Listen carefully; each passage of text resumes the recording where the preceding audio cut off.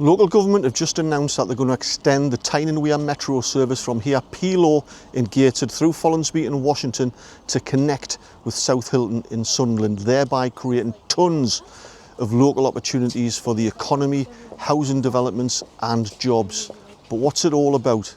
Just a few hundred metres from Peelaw Metro, there's a little area here, and I just live a 2 or 3 minutes walk up there. We commonly refer to this little area, would you believe it, as the graffiti wall. And just behind that wall there is the beginning of a railway line that branches off from Peelaw Metro, covered now in trees and undergrowth and foliage.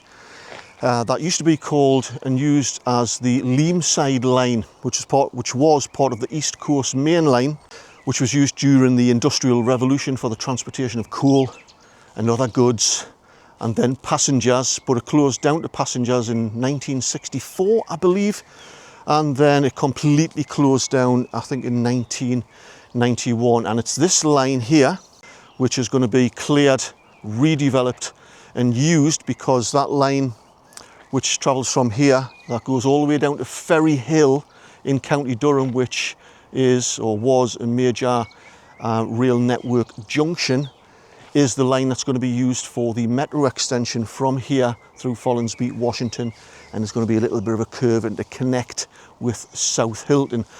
But to answer some questions about exactly what's going to happen, I'm going to be talking to the leader of Gateshead Council, Martin Gannon, and we're going to be finding out things like what's changed, why is this happening now, what exactly is going to happen, and what effect it is going to have on the local region.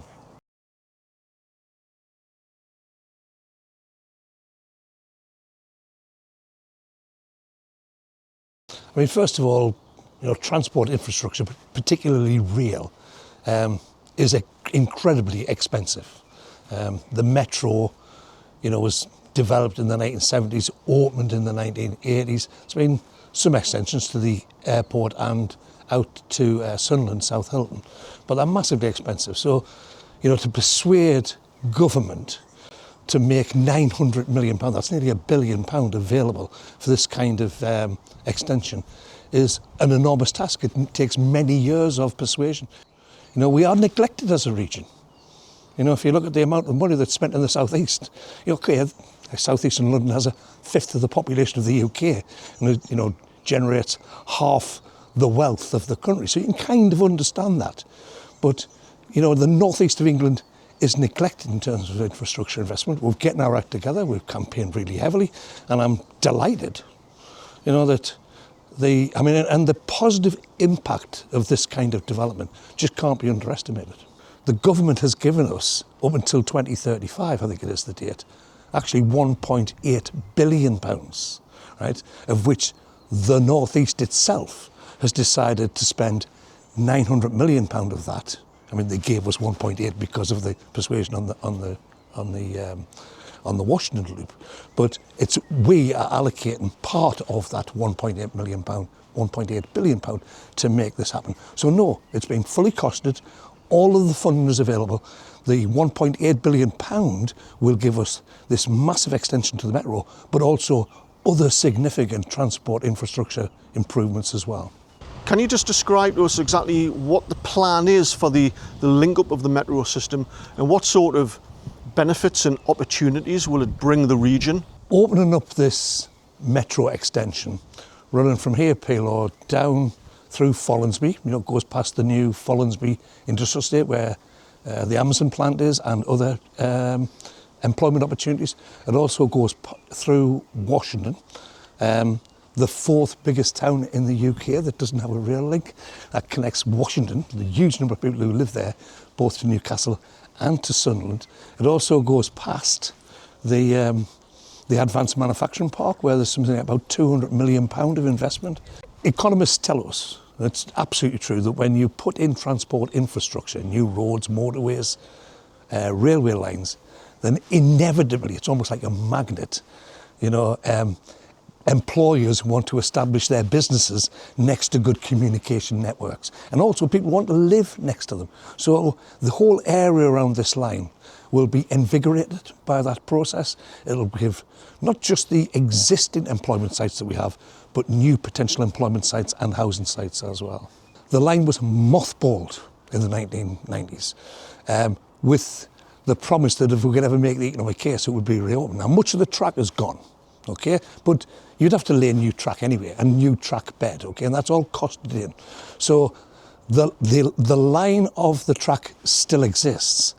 And there's been a restriction on building around it because of the fact that it could reopen it in the future. Yeah, I'm expecting that work will start virtually immediately, okay?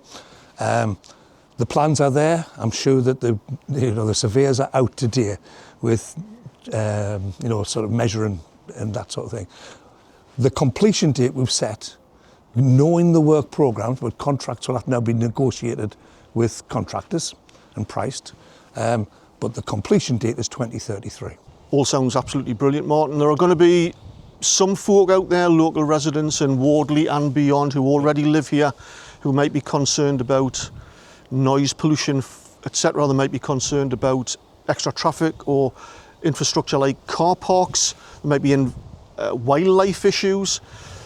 What are the environmental impacts of the extension to the metro, and what are the authorities and the council doing to mitigate those? I've actually been along most of the line, and there isn't any existing housing development close to the line, okay? There is one part that where about 6 houses I noticed, okay?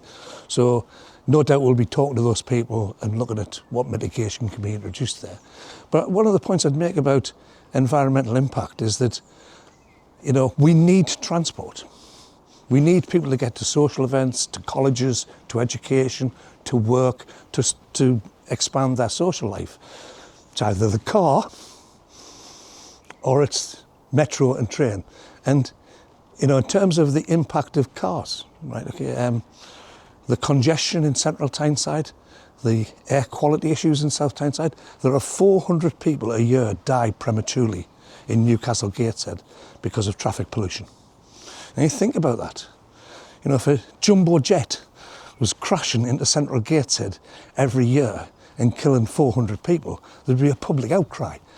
So we need to, and this is not about forcing people out of cars or punishing people for using cars, okay? It's about putting in substantial investment to put the options there to encourage people. And our town centres and cities will thrive much better without them being just basically motorways for cars. Cheers, Martin. Well, what's not to like about that idea? It is fully costed, fully funded and fully planned and ready to go. I think it's going to be absolutely brilliant to raise the profile and the investment opportunities for here in the local area. But what do you think? What's your opinions on this metro extension? I would love to hear about them in the comments down below, and I hope you enjoyed the video and found it informative. Thanks for watching.